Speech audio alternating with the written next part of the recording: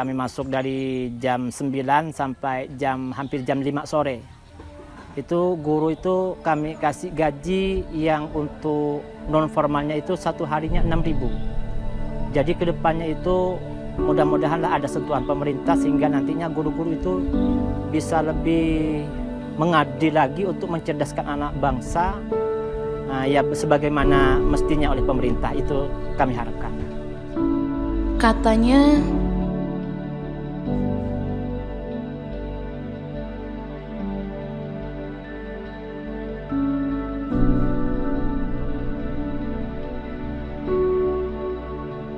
Indonesiaku adalah negeri yang begitu luas dan kaya. Gedung-gedung yang menjulang, kota malam yang berkilau,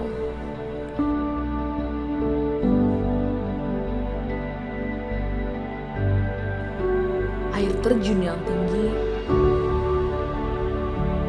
sawahnya membentang luas di bumi pertiwi, serta lautan yang indah ditemani pesisir pantai yang memukau. Wah, Indonesiaku sangatlah elok. Alamnya terbentang mulai dari Sabang sampai Merauke.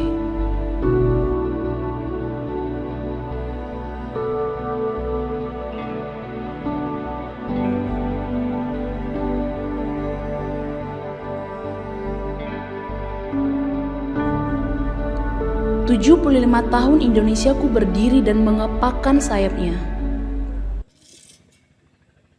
Bangun! Bendera! Siap! Kepada bendera merah putih. Hormat!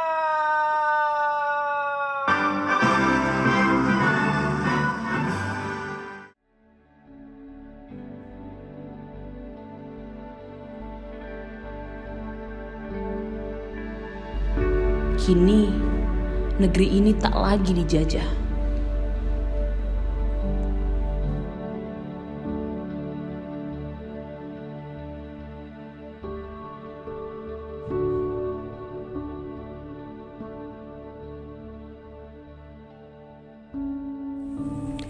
Secarik cahaya harapan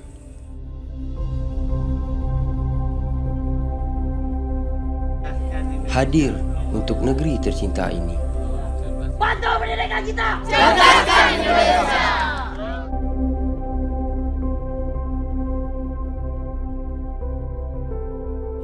Selangkah demi selangkah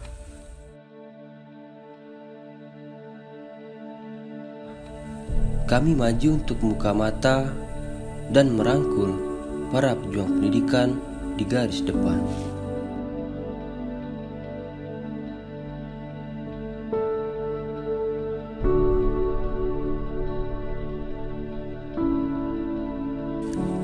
Memberikan sepercik api pelita kecil Seru enggak? Seru! Seru! Mantap! kepada mereka Udah Suli kelas berapa? Kelas 2. Wih, seru enggak nih?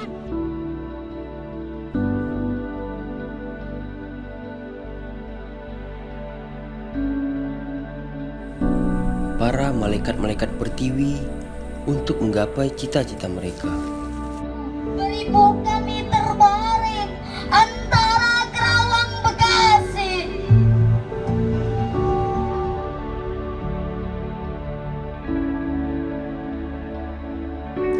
Dan pepatah pernah bilang, pemuda adalah penerus bangsa. Dan pendidikan adalah salah satu kunci Untuk membuka kesuksesan para pemuda.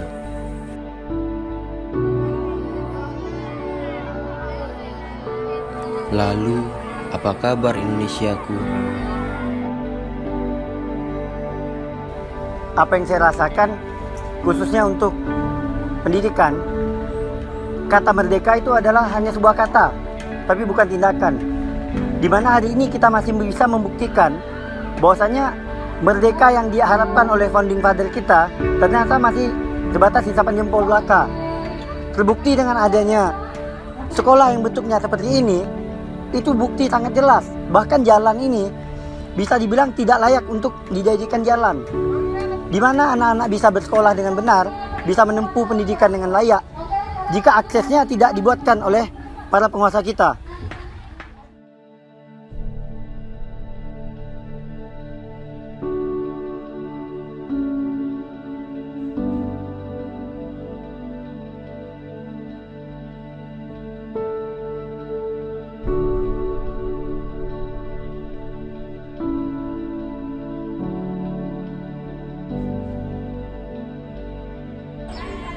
Mungkin merdeka bagi mereka yang bisa menikmati segala fasilitas dan kemewahan yang bisa ditawarkan dan disuguhkan oleh pemerintah.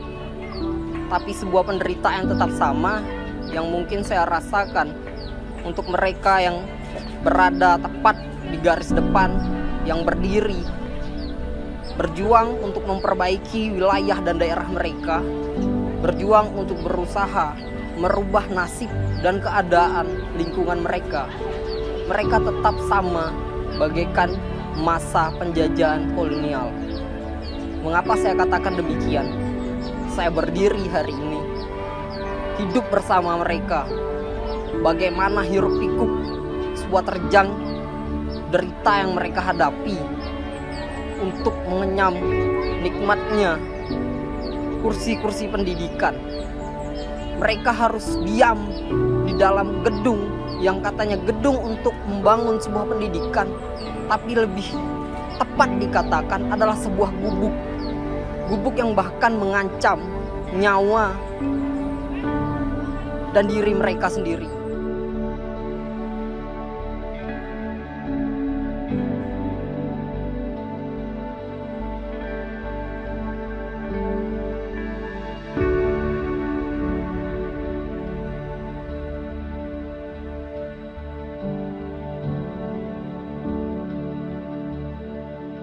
Okay, if we talk about how are you education, saya pikir di sini ada tiga macam pendidikan. Yang pertama adalah atas, yang kedua tengah, yang ketiga adalah bawah. Dan yang mendapatkan itu adalah mereka yang menerima dengan baik serta yang juga memiliki kebutuhan khusus. Jadi untuk tiga macam pendidikan ini mereka memiliki kabar yang berbeda-beda.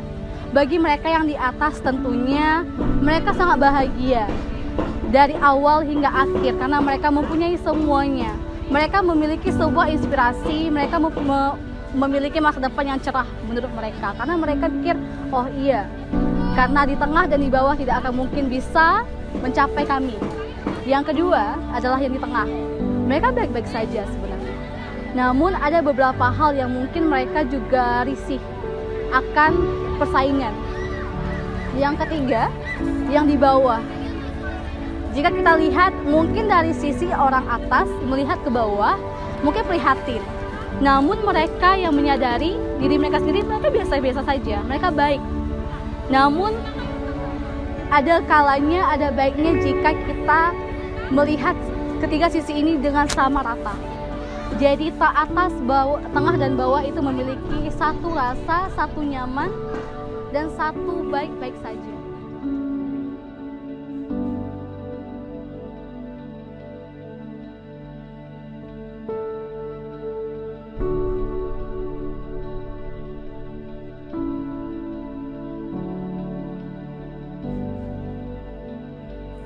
Kali ini kita sampai di Desa Retok.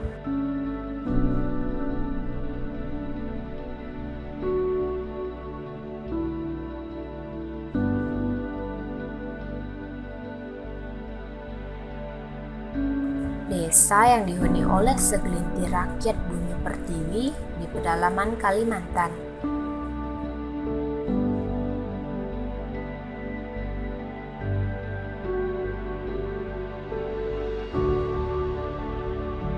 Seperti benturan gula yang baru jatuh, dari toples kami diserbu oleh kumpulan semut-semut lincah.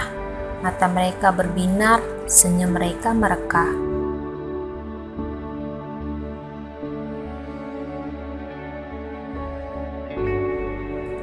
Jauh di pedalaman Kalimantan, Kami mengajarkan, membimbing, dan menyadarkan mereka akan bahayanya COVID, tentang bagaimana menjaga jarak, mencuci tangan, dan langkah-langkah kesehatan kami ajarkan kepada mereka.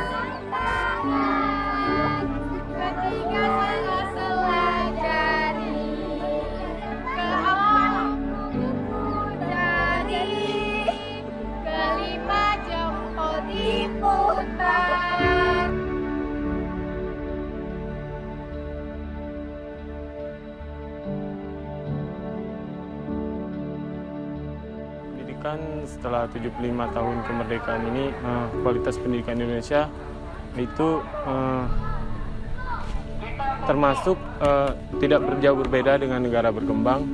Sekarang kita tahu pemerintah sedang gencar-gencarnya untuk mengatasi kesenjangan pendidikan seperti tahun-tahun ini, seperti sistem zonasi itu, supaya tidak ada lagi SMP favorit. Semua bisa merasakan SMP tersebut. Selain itu, sekolah dasar sekarang penerimaan siswanya juga melalui sistem online. Tidak ada syarat bahwa siswa tersebut harus berasal dari taman kanak-kanakan, seperti itu.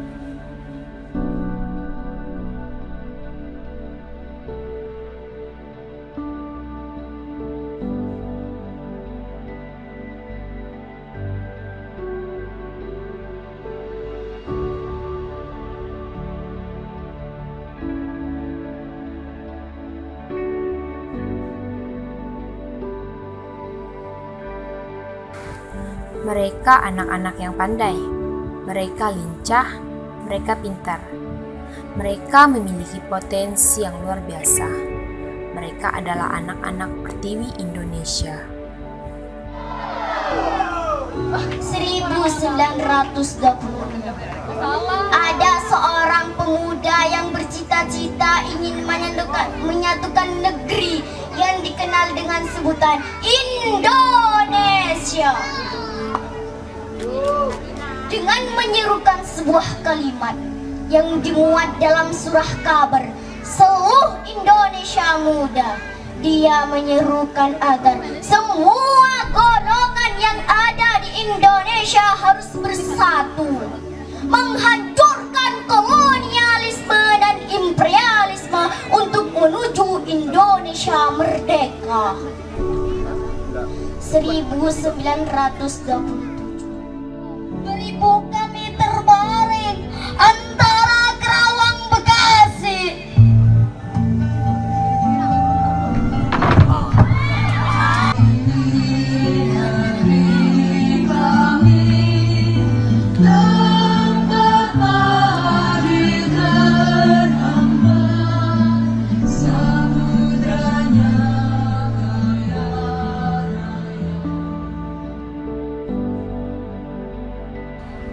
Saya harapkan bahwa pendidikan di pelosok pun tetap diperhatikan. Pendidikan di pelosok harus disamaratakan dengan yang ada di kota. Artinya bahwa pemerintah harus memberi perhatian lebih juga. Di kegiatan unjuk rasa 6 terdapat sekolah Misi Rojo Tolibin, itu kondisinya masih memprihatinkan. Bisa dilihat bahwa di sana untuk sekolahnya masih berdinding papan, masih ada atap yang berlubang, sehingga ini sangat miris karena bagaimana mereka mau belajar ketika kondisi atau tempat mereka belajar saja tidak kondusif.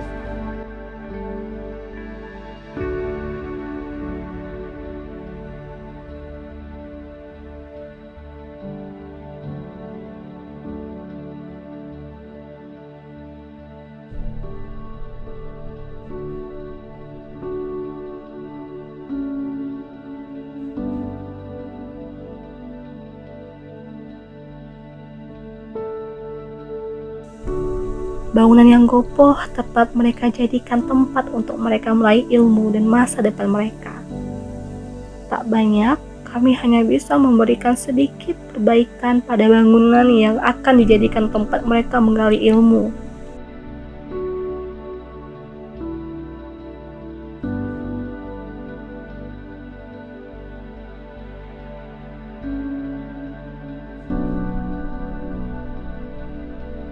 Ada ketimpangan gitu ya, ketimpangan dalam pembangunan, terutama kita lihat karena dari saya pernah mendengar ada arahan dari Kementerian Pendidikan Nasional Pak Nadiem Makarim menyatakan bahwa setiap daerah harus punya internet semua atau mempunyai jaringan internet.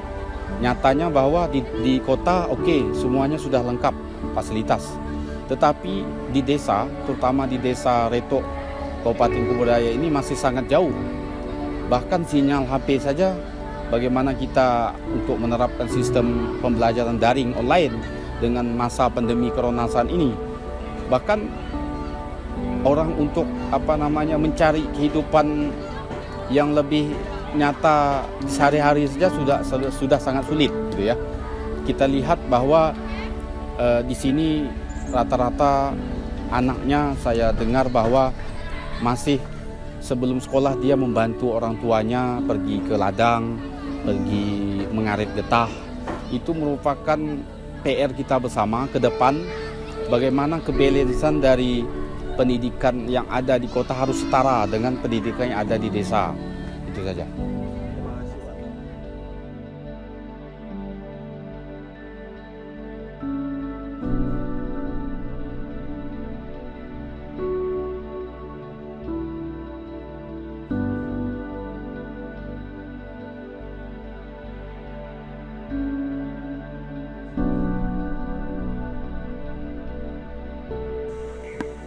Cita-cita mereka sangat tinggi. Kesenjangan pembangunan, fasilitas, hingga pemerataan yang sangat mempengaruhi pendidikan mereka. Namun, jiwa patriot yang membara menjadikan malaikat-malaikat Pertiwi ini semangat untuk menuntut masa depan mereka. Harapan saya sekolah ini ke depannya nanti mudah-mudahan lebih berkembang, lebih ada kemajuan, dan harapan dari pemerintah andaikan nantinya adanya BPK ini bisa mengetahui pemerintah bahwa sekolah kami ini sangat memprihatinkan. Jadi pemerintah agar nantinya bisa menindaklanjuti dan membuat anak-anak bisa nyaman dan guru-guru juga bisa nyaman dalam sistem mengajar dan belajar.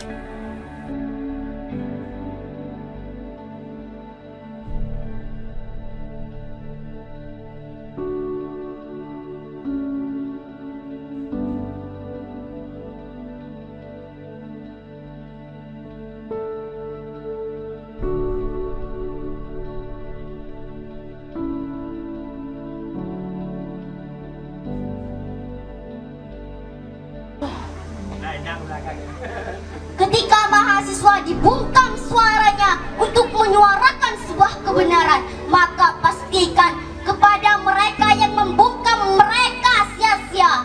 Karena hari ini kakak-kakak mahasiswa yang berkumpul di lembaga kecil ini menjawab kesia-siaan itu.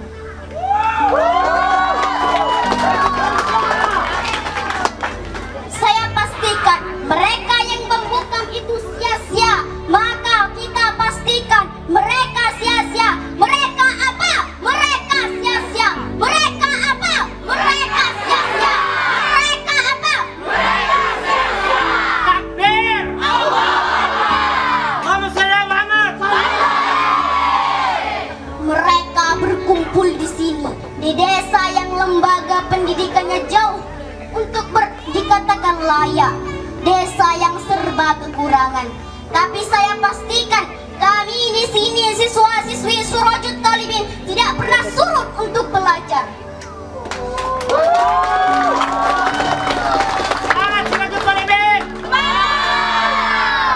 Dan saya pastikan adanya kakak mahasiswa di sini untuk menjawab keinginan kami, untuk menyuarakan suara hati kami, bahwa kami juga ingin menikmati dunia pendidikan yang layak, menginginkan lembaga pendidikan yang sama dengan sekolah-sekolah. Takbir!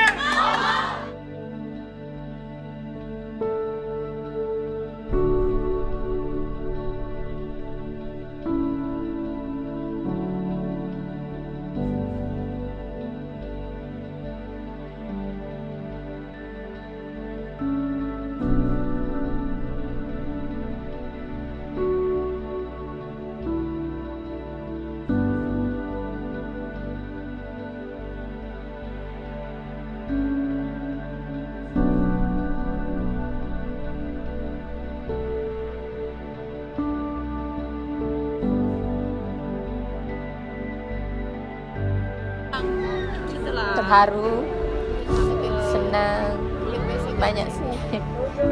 Apalagi kalau kita yang merantau kan, banyak sekali pengalaman.